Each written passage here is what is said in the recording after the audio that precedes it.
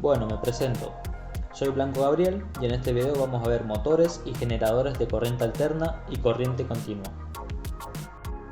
Motores de corriente continua.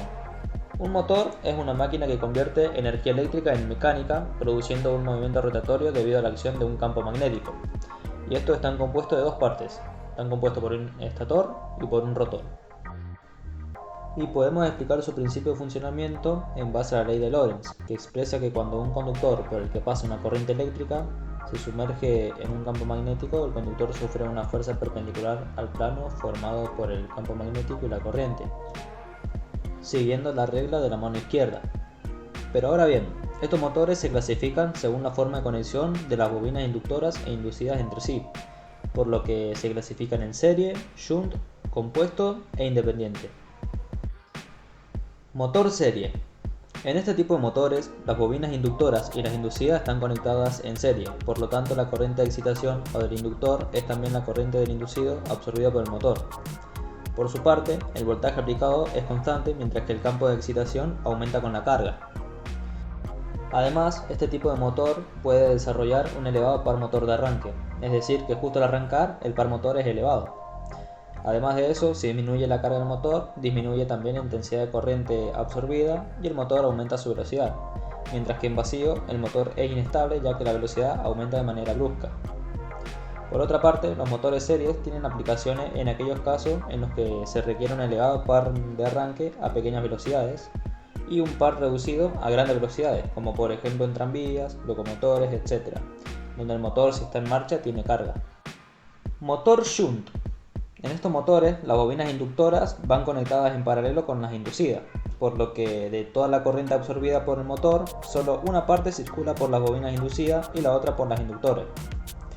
Por otra parte, el circuito de excitación está a la misma tensión que el inductor. Este motor se caracteriza en que durante el arranque el par motor es menor que el de un motor serie. También si la intensidad de corriente absorbida disminuye y el motor está en vacío, la velocidad de giro nominal apenas varía, por lo que es más estable que el motor serie también. Y por su parte, cuando el par motor aumenta, la velocidad de giro apenas disminuye. Por lo general, los motores shunt se usan en aquellos casos en los que no se requiere un par elevado a pequeñas velocidades y no produzcan grandes cargas, por lo que si la carga desaparece, el motor varía apenas su velocidad.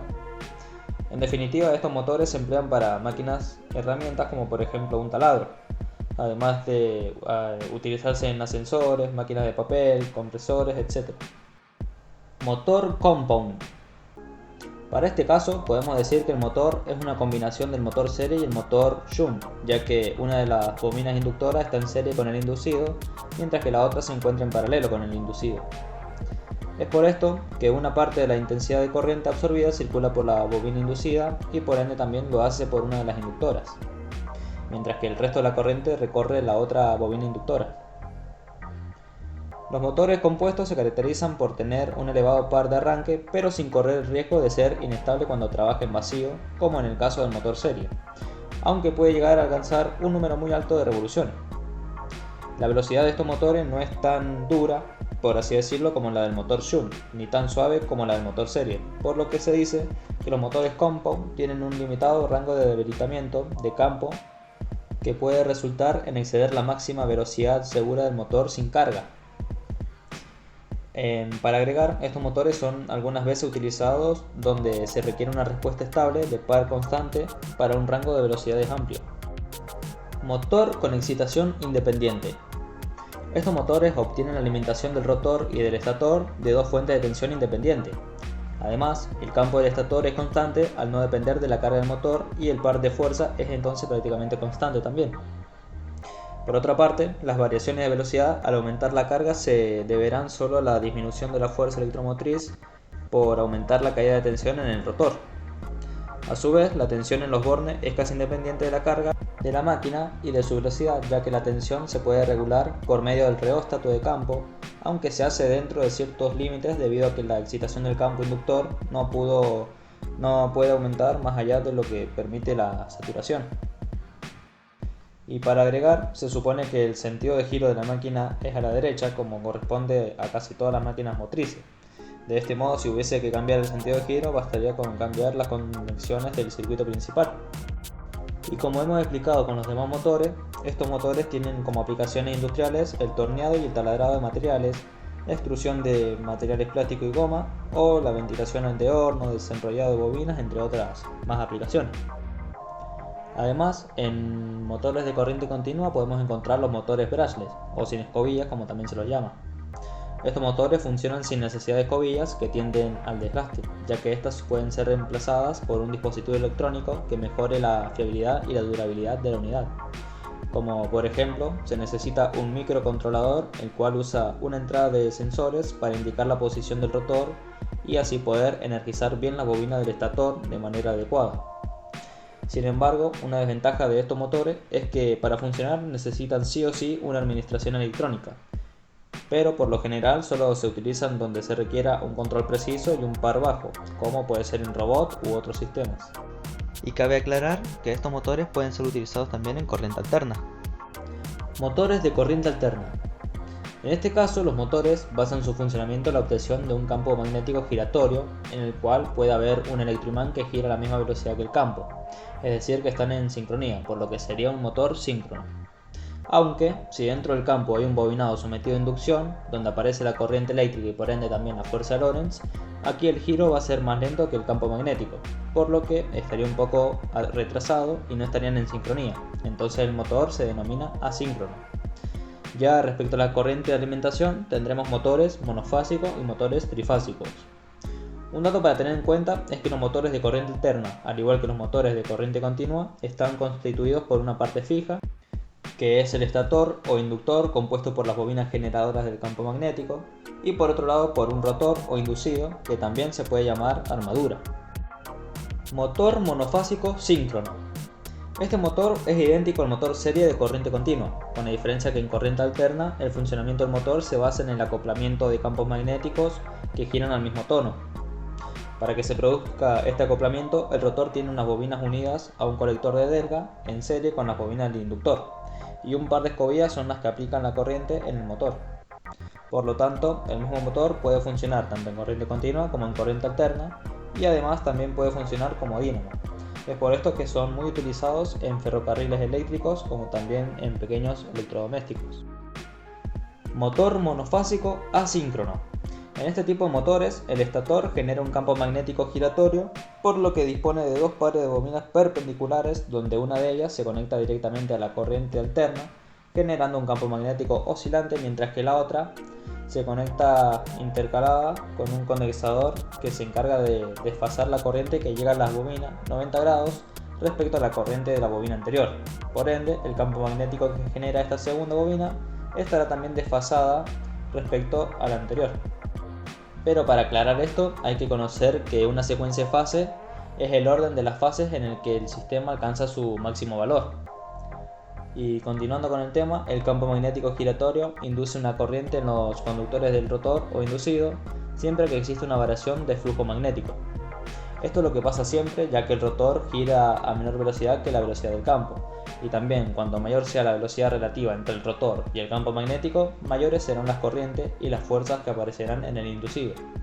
Esto significa que los motores de inducción tendrán un elevado par de arranque y cuando se sometan a alguna acción que los frene, la disminución de la velocidad de giro quiere decir que la diferencia de velocidades aumenta, por lo que también aumenta la inducción, la fuerza de Lorentz, que se produce por el efecto de la corriente inducida, etc. Todo esto da como resultado el aumento del par venciendo el frenado. Y ya para agregar, los motores asíncronos monofásicos, aunque ya casi no se utilizan en procesos industriales, todavía forman parte de los motores utilizados para aparatos domésticos de baja potencia, con el uso de la red monofásica de 230 voltios. Motor trifásico síncrono. Se trata de un motor sincrónico de imanes permanentes, ya que los imanes pegados al rotor crean un campo magnético permanente con polos norte y sur, por lo que cuando se aplica corriente a los devanados, esta crea un campo magnético alrededor de los devanados y debido a este campo y al ya existente de forma permanente, juntos al rotor se produce inmediatamente una atracción de los polos norte y sur y una repulsión de los polos, lo que genera el movimiento giratorio del motor.